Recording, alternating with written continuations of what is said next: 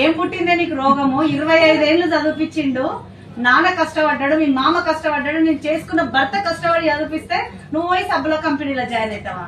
మరి నేనేమన్నా first సబ్బుల company అనుకున్నా, కానీ మీటింగ్ వచ్చినాక క్లారిటీ తెలిసింది. వాళ్ళకు కూడా తెలవాలి, వాళ్ళన్నా మీటింగ్ కి రావాలి, వాళ్ళకి వచ్చే జీతాన్నన్నా నేను క్రాస్ చేయాలి.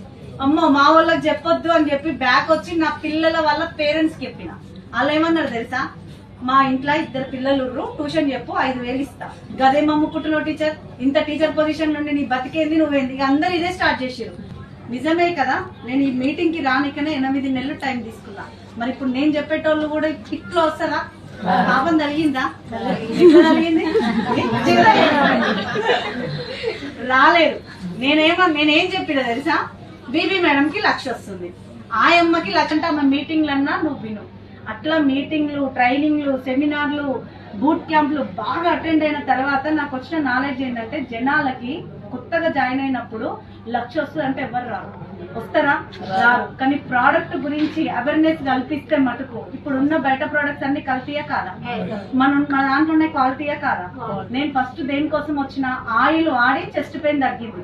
నాకు తగ్గిన విషయాన్ని నేను 10 మందికి చెప్తే వాళ్ళకుంటే వాళ్ళు వస్తారా కాదా? ప్రొడక్ట్ అవేర్నెస్ కోసం నేను బిజినెస్ స్టార్ట్ చేసిన. అక్కడికి వెళ్ళి చిన్నగా నాకు టీం వచ్చింది, అందరు ప్రోడక్ట్ కొనే వాళ్ళే వచ్చిర్రు.